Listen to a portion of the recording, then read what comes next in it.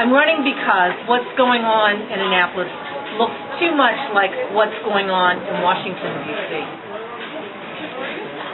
I'm running because I've had enough, and I hope you all have too. You notice our businesses are leaving. We've lost Northrop Grumman. We've lost ESPN Zone. We've also lost 2 key car dealers from the port. That means that the tax base will continue to erode. I have had enough, and I certainly hope that you have too.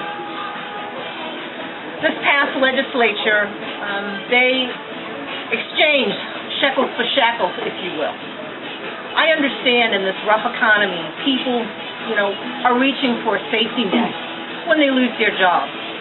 But I believe it is unconscionable that the legislature would agree to allow part-time employees to receive unemployment benefits and all the other strings that are attached for the duration of the program in exchange for $126 million one-time payment. That payment will end next year. And where will the money come from to continue that?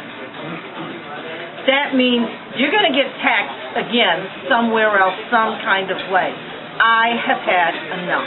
It is time to have some thoughtful, conservative solutions being presented and implemented. It is time to think about not only the decision that you make now and how it's going to affect the current problem, but the next generation, out to the 7th generation. That's how you really implore policy that's effective. All the little patchworks and the swaps and the switches and the little fixes that they did to push this budget through, it's going to come back and haunt us next session. We've had enough, and I certainly hope that you have too. I really thank you for coming out to support me, and I pledge, when elected, that I will be that thoughtful conservative.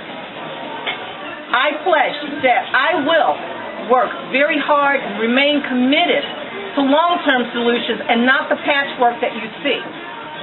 Enough of the finger-pointing. This is like we're in the middle of a fire and everybody's standing around in sugar bottles. How about if we just put the fire out?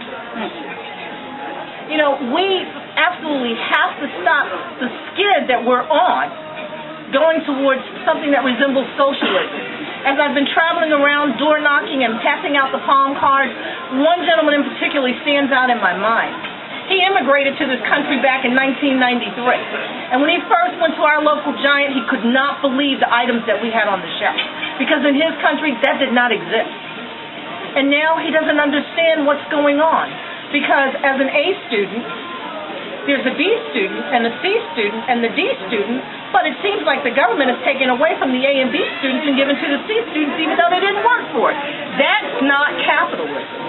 I believe in capitalism, and I believe the best way for our economy to get back on track is for the government to get out of the way and allow the private sector to develop the jobs because they are the backbone of our economy anyway.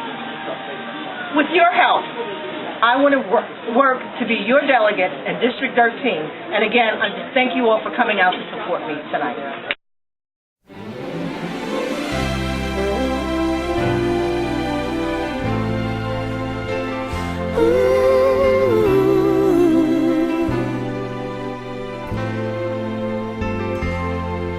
America, spread your golden